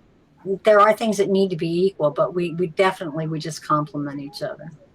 Yeah, I like that. That's a good point. Yeah, complement. I just, like I say, if I had children today, they would never see the inside of a school. My children would have never seen a daycare. Because I remember the daycares I went to, my mom was poor. You know what I mean? Those people didn't care anything about those kids. They cared about their paycheck. Mm-hmm. You know what I mean? You have adults cussing at you when you're 3, 4, 5, 6 years old. Go sit the F down and shut your F mouth. What is this? Is this what my mom's paying for? Really? But she, back then, before she got on Social Security disability for her mental illnesses, she was a nurse. So she had to get up very early. She worked an early shift. So my brother and I were at the daycare by like 6 a.m. and school didn't start until like 9. And just those hours, man, you would believe some of the stuff people learn. And oftentimes from the adults that are there, not from the other children. Children will just be children if you let them. They'll play, they'll do this, that, and the other. Every now and then you'll get one that hits or one that bites. But for the most part, kids are just kids. We just want to have fun. Nowadays, absolutely not. Just horrible, horrible stories of kids being left in a van to dehydrate to death. Like, how do you take kids on an outing and not count them on the way in and the way out of the bus? Wait, we left with 18, now we only have 17. That should be a big glaring red flag. But unfortunately, these kinds of things have happened so much that people just overlook it like, oh, well, I guess it happens. No, it's not just something that happens. It's somebody who doesn't pay attention to their job, do what they're supposed to do. If I was, and because of my record, I never would be, but I'm great with children. Anyone that knows me that has kids, their kids love me. But I also am a different person around children. If I'm talking to my Navy buddy Jason, we cuss, we're foul-mouthed, we drink, we talk smack, but it's all just in good jest. When we get around kids, immediately the cussing stops, all of the derogatory comments, you know what I mean? Like, oh, I should have shot that mofo. All that kind of stuff, the joking, the hard, male joking, goes out the window. And then you talk to kids like kids. And, sorry, was somebody going to say something? Oh, no, go keep going. Sorry, but, I mean, that was my whole point. No, that's all right. I'm just saying, like, I can't imagine what it would be like to be a parent today because my children would be homeschooled. They would have never seen a daycare. They would have never anything. It would have been family. And even if that would be rough on the social aspects of growing up, you can socialize children outside of school. You can go to parks. You can go to malls. You can go... There's 100 ways to do that. You can meet the neighbors, get the neighbors' kids to hang out, all kinds of things. I see her shaking her head over here, Robot's like, I don't know. Cool. There are all kinds of ways. Like, I was in a rock club that I went to weekly. I was the treasurer, and then I was the president of a rock club. And by rocks, I mean geology. It was a rock club. We would go Right. rock hunting in the middle of the desert. And I was also on a soccer team, all completely unaffiliated to any schools. They were just the local things. So you can easily socialize. I don't know where the idea comes from that homeschool kids don't get any interaction whatsoever. The only thing right now is if I'm in a blue state, sadly. And even I'm very close to Missouri by St. Louis. So St. Louis was open, but now they're back to because St. Louis is kind of blue. So I'm kind of in a rock and a hard place right now. It's a little harder because of this ridiculous baloney.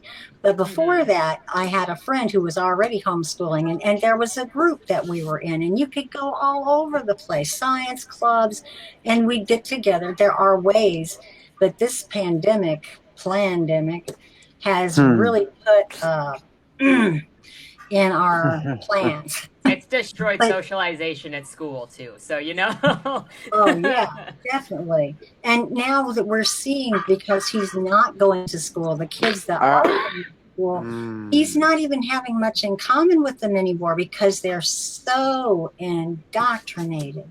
Well, see, now we have to meet like this, and they can record it. They can take the digital data. You know what I'm saying? They have a way to see what the fuck's up and who's saying what and when, all that. So that's what this is about. That's what the whole scamdemic was about, getting more people talking online so that they could understand more about what we're trying to say. Uh-huh. And thinking and all that kind of stuff. One thing too, you guys keep talking about the pandemic and the scandemic and blah.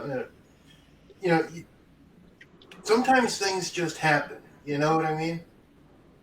Like, I don't think this just happened, Robert. But go ahead.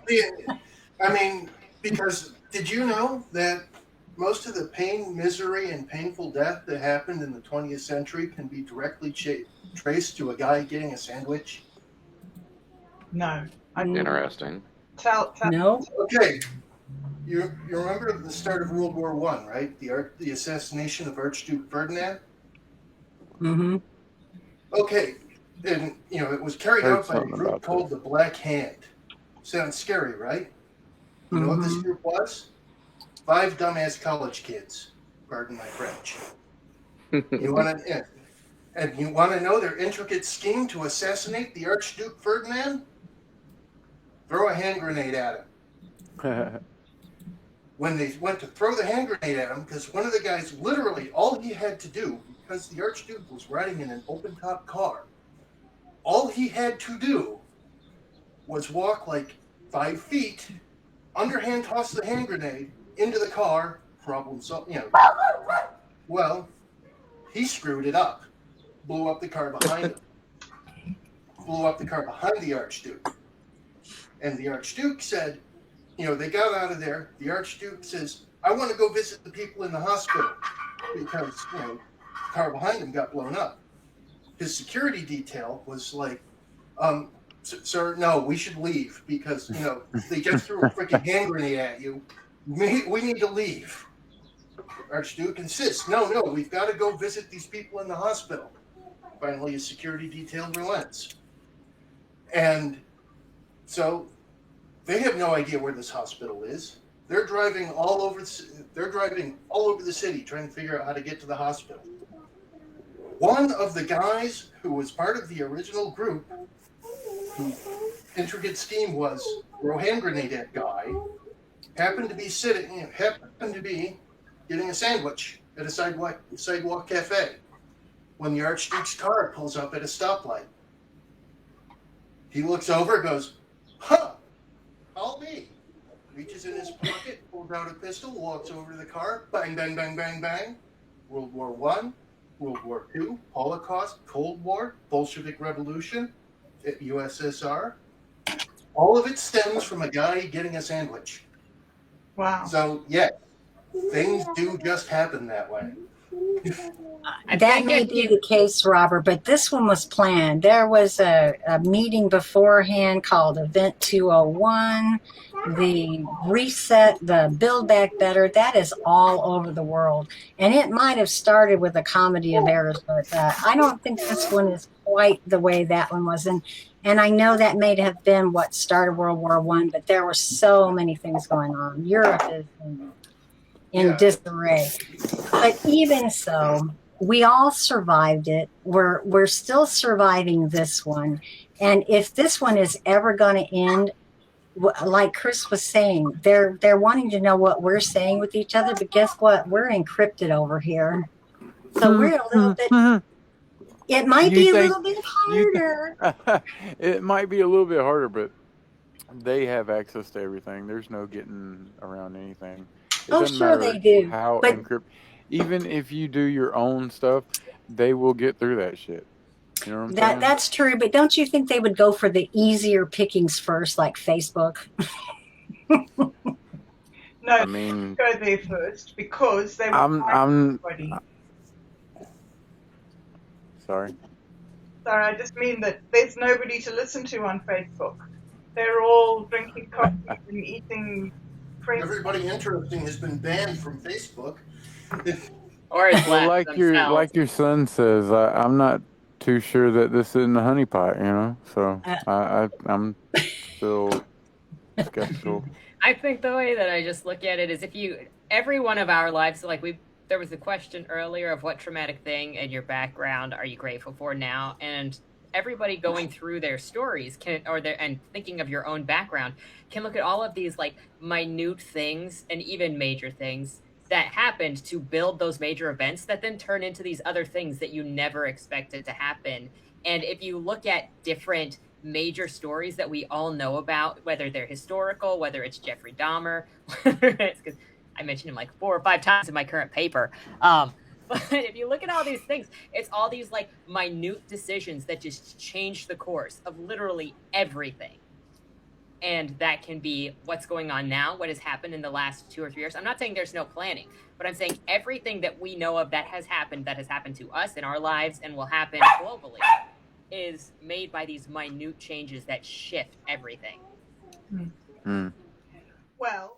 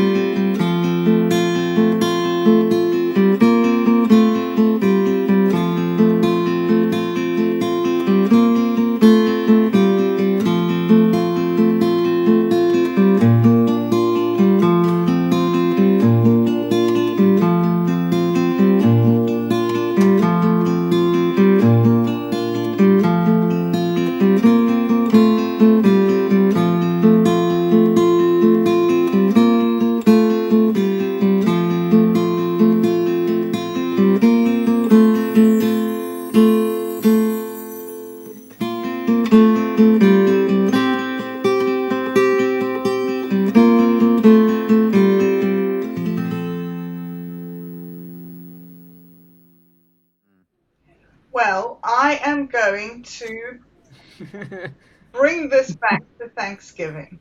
The butterfly Yes, effect. thank you. I We're was thankful trying we to can do talk. by My mentioning the second first favorite question holiday. again. I was like, let's go. Let's bring the questions back. Yeah, we do this.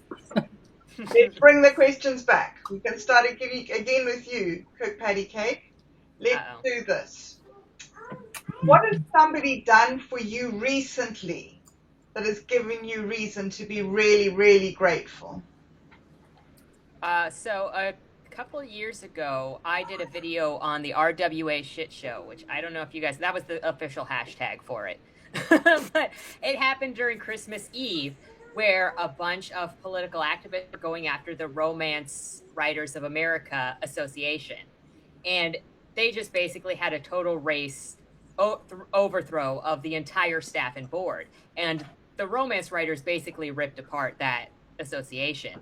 But I met some really incredible people through that. And one of them more recently reached out to some of her friends and also hosted a book giveaway for my more recent launch to help expand my book launch, to help expand the reach and exposure for my book. And it might seem like a real thing, but readers talking to other readers and just spreading your book, people talking about your book, people being excited for your book feels like such a big thing. And when I started talking to this person, I didn't expect us to build the kind of friendship that we have, but I trust her. And again, this is another person that I just met online and we clicked, and I couldn't be more grateful for her as a friend. She's just so kind. And she's also so much in her head that I don't think that she quite sees how kind and wonderful she is. But it's something that was a big thing for me. And then one of her friends who I've become close with through reading a book, through buddy reading with that friend, also did made a video to go on TikTok for my recent book. And so like these might feel like really small things, but it's just so much affection to me to see somebody doing things just because they like me and to go and share what I'm doing. It meant so much. Yep. Awesome. Cool.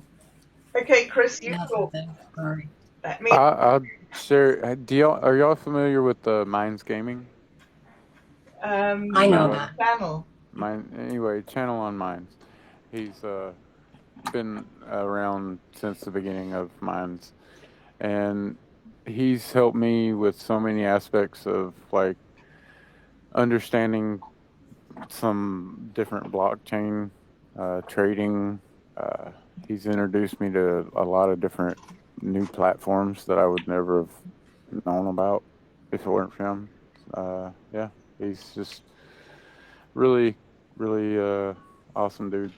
He's busy, so he can't really be there all the time, but when he is, he's cool. Yeah, awesome dude. Oh, fantastic. Great. Robert? I'm trying to think, because, well, like, there's the big thing, like, at least for me anyway, like, because I had to get both my hips replaced up, like I mentioned before. I'm grateful because the VA paid for it. So thank you, everyone, for the new hips. They're much better than the ones I had. So there's that. And I mean, it's just weird, like it's just like little things, like because like I'm going to the gym, trying to get back in shape and stuff, and I walk with a cane, and it's just little things, like I see people, like be working out and going at, trying to go at it as hard as trying to get getting going, and just really just ripping it up, and some random person be like, wow, man, good for you, get after it, you're doing great, and just keep right, it's just little stuff. Yeah. It helps to have support. Yeah, it's like some random. I'm actually getting to the point where, like, on the one machine that working like a tricep press, that I actually now, I wish it had like a seatbelt or something, because I'm actually like almost doing my body weight, trying to push down, and there's no such thing as a free lunch in physics, so I end up just almost launching myself right up out of the machine. I've lost a lot of weight within the last year, eating once a day between 4 p.m. and 7 p.m. I throw, when I eat, I throw down. I eat, but I only eat the one meal a day, and it's melted close to 100 pounds off me. So yeah, I gave up soda. That'll do it. Yeah, and drinking just water too. Like whenever I'm not eating that little window, I only drink water. So I have soda like once in a blue moon, but I remember when I was right at the end of my marriage, I was about 240 pounds. I'm about 6 foot, so that's a pretty decent size for me. I had a pretty big belly, and I went from working manual labor jobs into an office setting, but I never changed the way that I ate. I actually started eating more because I had a wife that was feeding me 3 squares a day. And not blaming her for my weight, I'm just saying I had no problem eating it. And so I blew up pretty big there for a while. And the one thing that helped me was actually breaking my meals down and eating like 7 times a day. Not to go against your one meal a day Smaller plan. meals.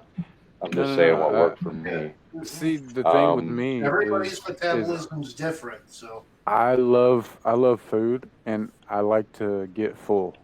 And when I start eating, it's like I'm gonna get full. You know what I mean? So yeah. if trying to do the small meals, it's like I'm not.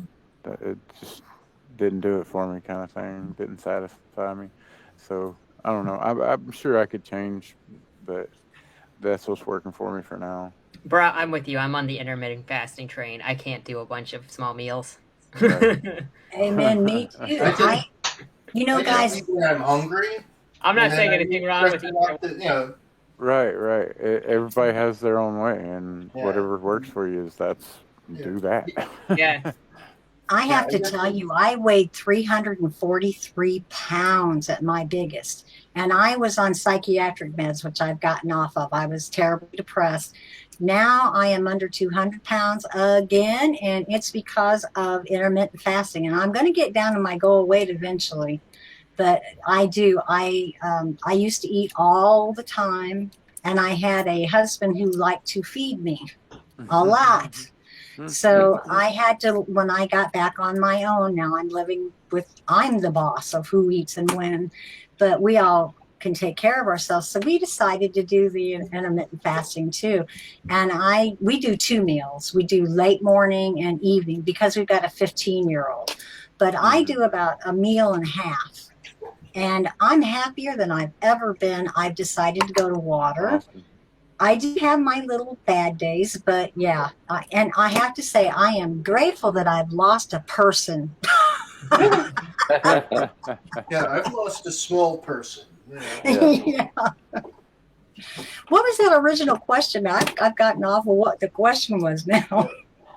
Something that we're grateful somebody else did for us. Oh, can I step in? Yeah. Please do. I think I already said it once, but there's 2 I have to. ChrisDoogood, you are such an angel. When my husband died, and I was like, oh my God, what are we going to do? They kept saying, you got to come empty the apartment. And I knew there was a lot we wouldn't want. And I had just gotten very sick, and I'm starting to have real permanent issues. I'm using a walker and a wheelchair. So I'm grateful that I'm still walking, but Chris actually brought that stuff up. And not only did he come up, he stayed. And we had a good time together. And that really impressed me, that somebody I only had known on mines, had never seen in my life, but I knew he was in the general area. And I just took the chance. I call it nudges. I get these nudges of who to talk to and when. And I acted on it. And I sent him a little note and a comment. I said, Chris, could you help me? And you know what he said? Well, of course. And when I said it's going to be a long ride, you know what he said? Road trip. And it rained all the way. It rained the whole time he was here, and his mom and his dog. But I was so grateful for that. And the other thing that I'm extremely grateful for is Bobdub, because the night, it was right after my husband had died, and before my mom had died, I was getting diagnosed with what's going on with me. And it's gotten better now, the diagnosis. We understand a little bit. But I have congestive heart failure now, on top of losing my ability to walk because of neuropathy and hip problems. And I was miserable. I mean, dead miserable. And Bob and I I don't even know if we were in the chat. I think we were over in comments, and she said something about you're mourning more than your ex-husband. And I'm thinking, what?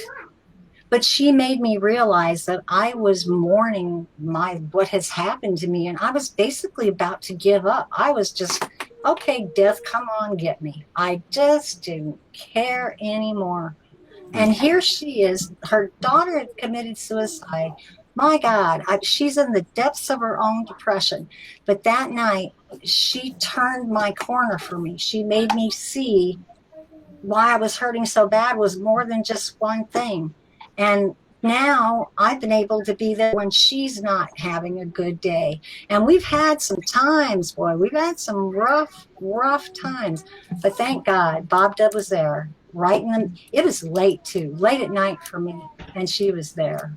That is the most precious thing anybody could ever do, to be there. Well, I know a lot of times it helps just to have somebody to talk to talk things through with. That's definitely been a great help in my life as well. Yep. Well, okay, Bobdub, we go around. You haven't said who you're grateful for. I haven't said who I'm grateful for. There's two people that I'm grateful for. The first is you, Rebel, of course, because since Carly's death, I've been having a lot of really strange dissociative experiences. And they've just put me onto a psychiatric medicine to stop me thinking really bizarre things. Like, for instance, I'm going to be on the plane that goes to the moon. I'm going to be one of those astronauts. Like, it's not related to reality. And I also had a lot of real anxiety about mines. And I haven't talked to people, like I said earlier, for many years. And so I built up this whole big narrative in my head about how I was going to be manipulated and used, and I was going to be sent into the next mosque to be the next mosque tutor, and really, really bizarre, strange. And during that time, I left everything on mines. I left all the groups and all the channels and everything, because I was absolutely convinced now that I was going to be turned into being a terrorist. And through all that absolutely bizarre, psychotic behavior, Rebel was just there. She didn't ever throw in the towel and say, well, I can't actually be associated with somebody like you. And that's for somebody to go through thick and thin with you, that was my thick and thin. That was just. And the other person is the owner of this orchard, who also lives here on the orchard. And every now and then, well, the latest thing that happened was I decided he was trying to kill me. And yeah, at once, when that happened, I packed all my stuff, I put it all in the car, and I was going to leave. And he went and stood by the car in front of the door and said, this is a very bad idea. You should not leave. You're not in a state to drive. You've got nowhere to go. And so I started hitting him with my fist like this and saying, let me go! Let me go! You're keeping me prisoner and you're going to kill me. I'm going to go and call the police. And he stood away from the door, and I got in the car and I drove down the road, and then I realized, oh my God, he's right. I'm not in any state to drive. So long story short, I finally came back here after a day and a half, and there was no mention of anything. There was no recriminations. There was no, you can't stay here. It was just welcome back. I hope you're feeling calmer. And so, not karma, K-A-R-M-A, but calm. And so he was, those two people that have seen me through this really psychotic period that I've had. I don't know, there aren't words when you are in the wrong and you've done something really, really stupid and somebody just accepts you back. There's just no words for the amount of relief and gratitude that comes out of that. Gosh. It sounds like two great people. Yes, two great people.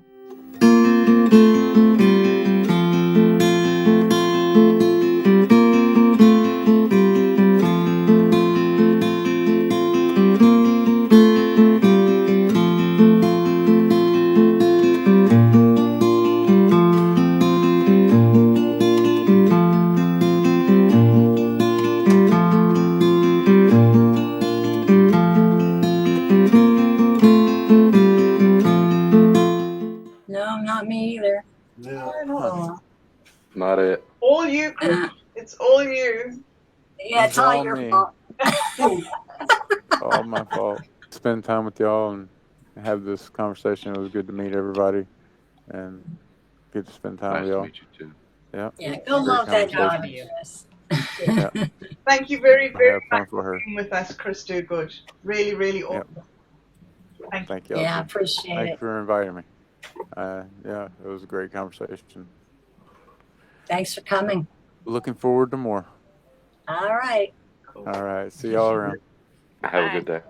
Happy Peace. Thanksgiving. Yeah, you too. Bye-bye. Bye. Yeah, I Oh, slipped do we up and have any typed more happy questions? thanks. Oh, yeah, you got to do yours. Go ahead. I was just going to say, I in the chat part where we were typing earlier, I slipped up and wished Aragmar happy Thanksgiving, not realizing he was in a different country. It's the sentiment. But that counts. as far as people that I'm grateful for, there's one that really sticks out in my mind, and oddly enough, it's a teacher. I used to have an English teacher named Miss Heck, and she, during my middle school years, where I really went from being a halfway decent kid to being a horror to everyone, she really did her very best. I had gotten in trouble in an English class because I did a paper on Friedrich Nietzsche in the book Thus Spake Zarathustra. And when I turned in the paper, she said, "There's no way you can understand this. I'm not taking this. You're going to get a 0 for the grade." So I took the paper down to the principal. And I told him, "This is an A paper. Read it. Tell me why that my teacher won't take this." So he moved me into a different English class. They moved me into English honors. And of course, she gladly accepted the paper. That's not what I'm grateful for. She was instrumental in getting me to pay more attention. Even when I would skip other teachers' classes, I would always go to English because she was so nice. And I thought it was funny, kind of ironic funny, that her name was Miss Heck. She never gave anybody any heck. But when I tried to get into the gifted class, of course, you have to take an IQ test to go into the gifted class. The school had somebody give me the test, and they told me I scored at 92, which, of course, would just barely put me above mental retardation. And she lost her stuff. She, out of her own pocket, because that right then crushed me. They told me, you're barely functioning. You'll want to find a trade like mechanics or carpentry or something and stick with it. That's going to be your life. And I almost believe that I would never be able to achieve anything more than that because that's what they told me. And she paid out of her own pocket to have a psychologist come to the classroom in her one period off to do an actual IQ test. Turns out I'm between 130 and 135. And that part right there, had that not changed, if she had not done that, I may have actually believed what they told me. And of course, when you believe it, you stop trying. Mm-hmm. Now I've been a computer technician for more than 25 years. I've, been able to do a lot more. And I'm grateful to her because of that, because at that point I was really ready to just give up and be a fool. Now, being an adult now, I realize it was because I had so much influence over the students in the school. And I was a little trailer park boy. They weren't going to let me in the gifted class with all the ritzy rich kids. So they were specifically trying to keep me out. But she put her foot down. She got into it with the assistant principal and the principal when they wouldn't do anything about it. She paid out of her own pocket for that. And I have to admit, it ultimately changed my life. How wonderful. You know what I mean? It sounds extraordinary. That's not a story you hear often. Mm-hmm.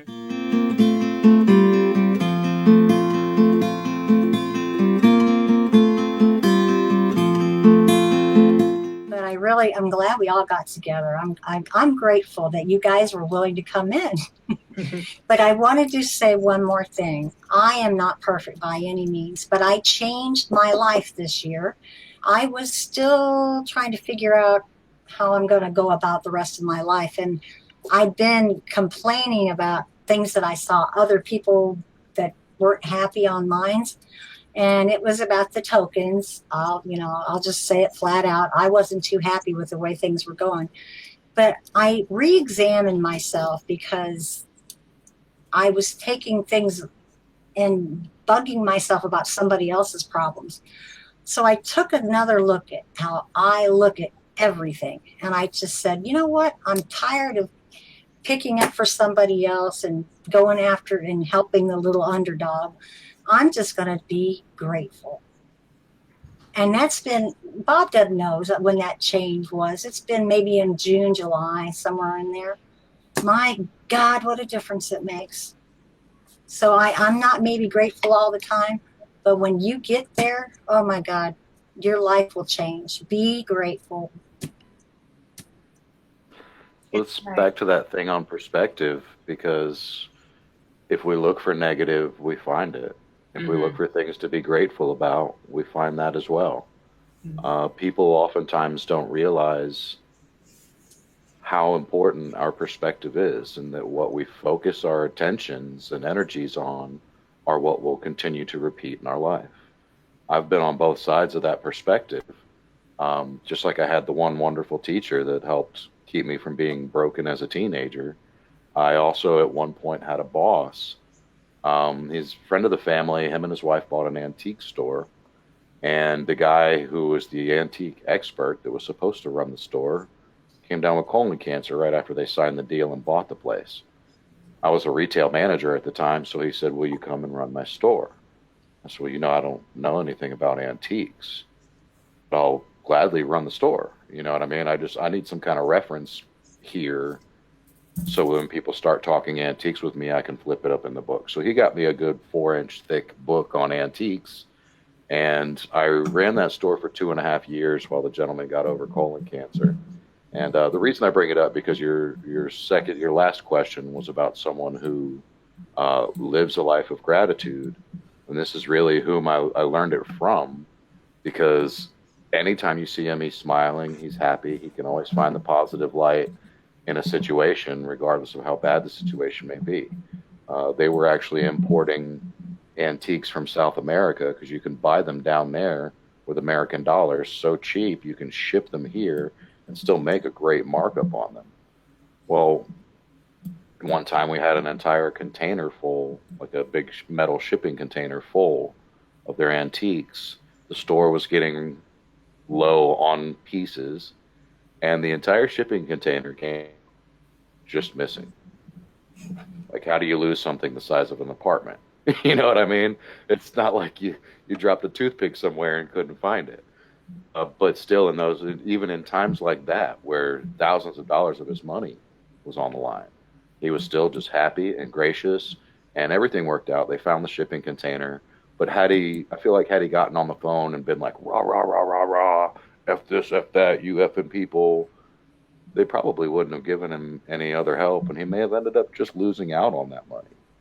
But even after I stopped working for him, he was always like, I'm the black sheep of the family because all the trouble I got in when I was young. So there's no one I can call. If I